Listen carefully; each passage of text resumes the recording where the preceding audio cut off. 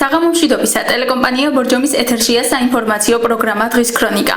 ახალ ამბებს ჩვენ ჟურნალისტებთან და ოპერატორებთან ერთად მე ნინო ვარდაპეტიანი გაგაცნობთ. ცხენით, ძროხით, კამეჩით, სილამაზის ხიდზე ნუ გადმოხვალთ.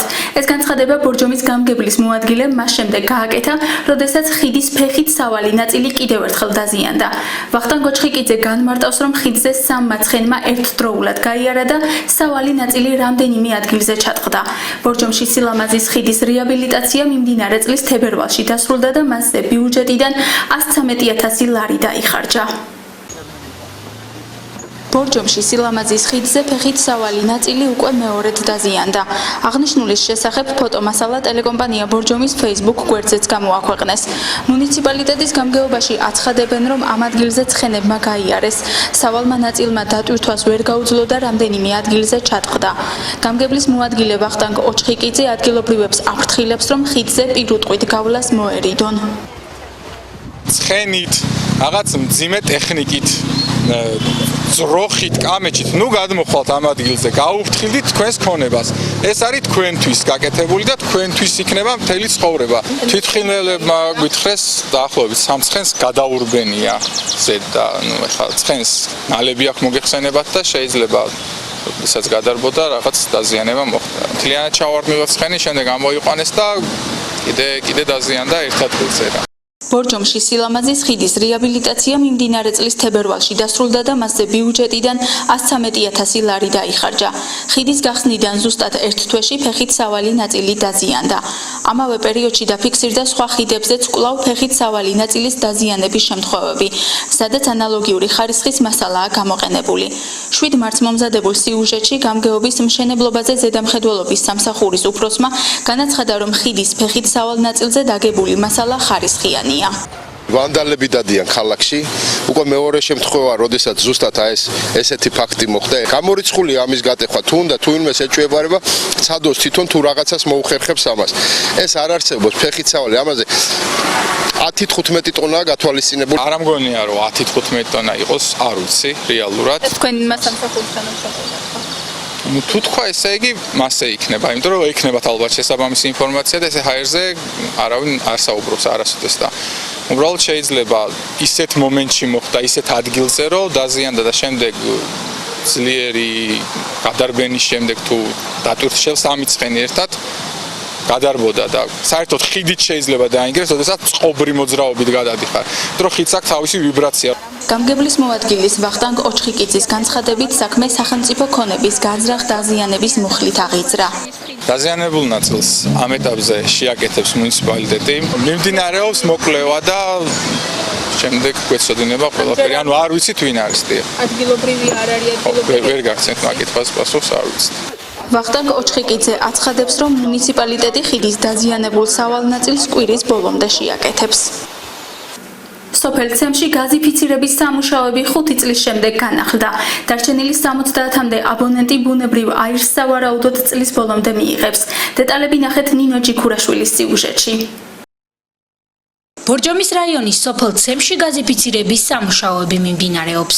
შეგახსენებთ, რომ ბოლო 5 წლის განმავლობაში ცემში 70-მდე აბონენტი ბუნებრივი აირის გარეშე იყო დარჩენილი. გაზიფიცირების სამუშაოები 5 წლის წინ ნახევარ სოფელში განხორციელდა და შემდგომ შეჩერდა. ისე რომ ეგრეთ წოდებულ ქვედაუბანში მცხოვრები მოსახლეობა ბუნებრივი აირის გარეშე დარჩა. ადგილობრივები 5 წლის შემდეგ განახლებულ სამუშაოებს მიესალმებიან და აცხადებენ, რომ გაზიფიცირება მათ ბევრ პრობლემას მოუხსნის. თხევადი გაზის ტრანსპორტირება, რა თქმა უნდა, ვიქმნიდა საფრთხეს პრობლემებს. ეხლა რა ვიცი, უახლოეს დროში თუ იქნება ძალიან კარგია, რომ ზაფხულია და ზაფხულის პერიოდში დიდი ხარჯოა გაზის საერთოდ და აქედან გამომდინარე თითქმის თვეში 2 ბალონი მაინც გვინდა რომ ამოვიტანოთ ბორჯომიდან. გავწოდით ძალიან. ნახევარი სოფელი გაზიფიცირებული იყო, ნახევარი დაბტოვეს ის. კარგი საქმე კეთდება და ეს ჩვენთვის ნახევარი სოფლისთვის ძალიან დიდი პრობლემა იყო. გაზიფიცირება დაიწყო, ქვედაუბანი გაზიფიცირებული იქნება, ბალონების ყიდვა აღარ დაგვირდება, დამშვენებელი შემოვა, ჩვენც მოგვეხსნება დიდი პრობლემა და დამშვენებისაც მოეხსნება. სხვა ეხლა გაკეთებული ვერ უარყოფთ რომ არ კეთდება, გაკეთებულია, გაზი გაკეთება და მე მგონი სოფელსაც ეშველება და კურორტსაც ეშველება. სოფლის გაზიფიცირება სოკარ ჯორჯია გაზის მიერ ხორციელდება. კომპანიაში სამუშაოების ღირებულებას არ ასახელებენ. მათი განცხადებით, სოფლის გაზიფიცირების სამუშაოები წლის ბოლომდე დასრულდება. სოფელ ცემის მოსახლეობის ნაწილი წლების განმავლობაში დარჩენილი იყო ბუნებრივი აირის გარეშე, ანუ არ იყო გაკეთებული არც სარემონტო, არც გაზის შეყვანის სამუშაოები. და ჩვენი არაერთი თხოვნისა სოკარგაზმა გაითვალისწინა ეს პრობლემა და წელს უკვე დაწყებულია დაახლოებით 70 მოსახლისთვის, აბონენტისთვის სამუშაოები და ძალიან მალე ამ ნაწილს ცემისას მიეწოდება ბუნებრივი გაზი. ამ სამუშაოებს დაწყებული საპროექტო სამუშაოები და დამთავრებული სამშენებლო სამუშაოები ახორციელებს სოკარგაზი. სოფელ სადგერში სტიქიის შედეგად დაზიანებული საცხოვრებელი სახლების სახურავების ზარალმა შესაძლოა 22,000 ლარამდე მიაღწიოს. აუდიტმა სოფლის რწმუნებულებთან ერთად დაზარალებული ოჯახების მდგომარეობა შეამოწმა. ბორჯომის მუნიციპალიტეტის გამგეობაში აცხადებენ, რომ ზარალის ზუსტი ოდენობა სავარაუდოდ 10 დღეში გახდება ცნობილი და სწორედ ამის შემდეგ მიიღებს მოსახლეობა კომპენსაციას. შეგახსენებთ, მიმდინარე წლის 15 ივნისს მოსულმა ძლიერმა წვიმამ და სეტყვამ ქალაქის რამდენიმე ქუჩა და სოფელი სადგერი მნიშვნელოვნად დააზარალა. სადგერში განადგურდა სახნავ სათესი მიწები და დაზიანდა საცხოვრებელი სახლების სახურავები. სულ 37 ოჯახს დაუდგინდა ზარალი, ზოგი სახურავი მთლიანად დაზიანებულია, ზოგი ნაწილობრივ. ჩვენ ველოდებით აუდიტისაგან დასკვნას და ისე მონახაზი ვიცით, რომ 37 ოჯახში სადღაც 22,000 ლარამდე არის სახურავების ზიანი, რაც შეეხება სასოფლო-სამეურნეო სავარგულებს. ამის აღწერა ცოტა რთულია, რადგან მათ არ აქვთ დიდი ფართობები, ზოგს ანუ ბოსტონის ტიპის ბაღები ასე ვთქვათ და კომისიამ იმჟელა ამაზე ერთხელ ჩვენ როცა გვეცოდინება სახურავების მთლიანი თანხა აუდიტის დასკვნა გვექნება, საბოლოო გადაწყვეტილებას მივიღებთ ამ სასოფლო-სამეურნეო ზიანთან დაკავშირებით. ჩვენ ვფიქრობთ, რომ ყველა ოჯახს ფიქსირებულად რაღაც თანხა გარკვეული თანხით დავეხმაროთ, რომ სულ მთლად ისე არ დარჩნენ და სავარაუდოდ მე ვფიქრობ, რომ ამ ყველაფერს მაქსიმუმ 1 კვირა 10 დღე დაჭირდება კიდევ. საქართველოს პედაგოგთა და მეცნიერთა თავისუფალი პროფკავშირების ბორჯომის რაიონულმა ორგანიზაციამ საანგარიშო შეხვედრა გამართა. პრეზენტაციაზე მიღწეული წარმატებებისა და სამომავლო გეგმების შესახებ ისაუბრეს. ბორჯომის პროფკავშირებში საჯარო სკოლებისა და საბავშვო ბაღების 500-მდე მასწავლებელია გაერთიანებული. საქართველოს პედაგოგთა და მეცნიერთა თავისუფალი პროფკავშირები ქვეყანაში უკვე 107 წელია მუშაობს. ჩვენი ძირითადი მიზანია და გაკეთებული ფაქტიურად ეს გახლავთ მასწავლებელთა და პედაგოგთა აღმზრდელთა უფლებების დაცვა, რომელიც არც უცუდად არ მიდის ნამდვილად, არის დარღვევები, მაგრამ ჩვენ გვყავს იურისტი სპეციალური სასამართლოებიც ყოფილა და აგვიდგენიათ უსამართლოდ გათავისუფლებული პედაგოგები. ასევე ეს გახლავთ კვალიფიკაციის ამაღლება, დასვენების ფორმები, მეთოდური ლიტერატურით მომარაგება და ასე შემდეგ. ჩვენი ურთიერთთანამშრომლობა არის ძალიან ნაყოფიერი ყოველთვის.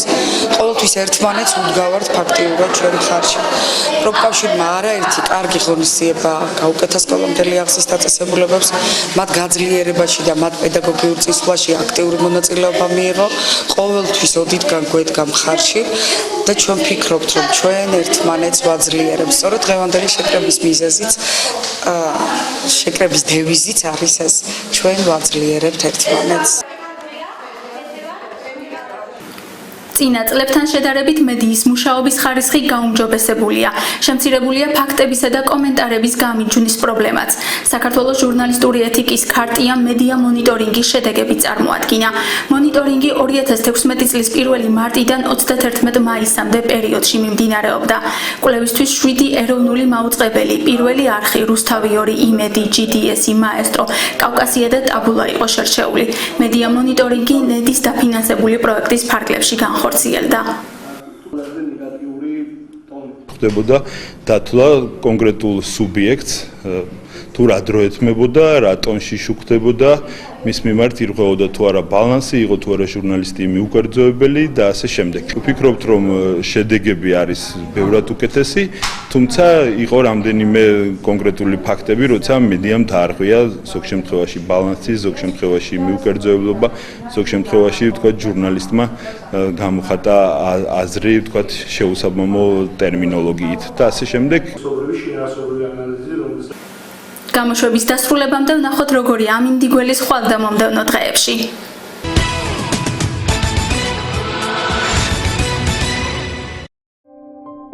ხვალ 30 ივნის ბორჯომში წვიმაა მოსალოდნელი. მინიმალური ტემპერატურა 19, მაქსიმალური კი 33 გრადუსი დაფიქსირდება. უმეტესად მზიანი ამინდი იქნება დილიდან, 10 საათზე 28 გრადუსი სითბო დაფიქსირდება. ღრუბლიანობა მოიმატებს 13 საათიდან, ჰაერი 33 გრადუსამდე გათბება. 33 გრადუსი იქნება 16 საათზეც, მზე იქნება 19 საათზე, ტემპერატურა 28 გრადუსამდე დაიკლებს. 22 საათიდან წვიმაა მოსალოდნელი, ტემპერატურა 21 გრადუსამდე დაიკლებს. ნალექია ნავარაუდები მომდევნო დღეებშიც, იწვიმებს 1 ივლისს, სითბო 28 გრადუსი იქნება. ნალექი შემცირდება 2 ივლისს, ტემპერატურა კვლავ 28 გრადუსი დაფიქსირდება. 29 გრადუსი იქნება 3 ივლისს. უმეტესად ღრუბლიანი ამინდია მოსალოდნელი 4 ივლისს, ჰაერი 30 გრადუსამდე გათბება. 5 ივლისს ჭექაქუხილია ნავარაუდები, მაქსიმალური ტემპერატურა 29 გრადუსი დაფიქსირდება.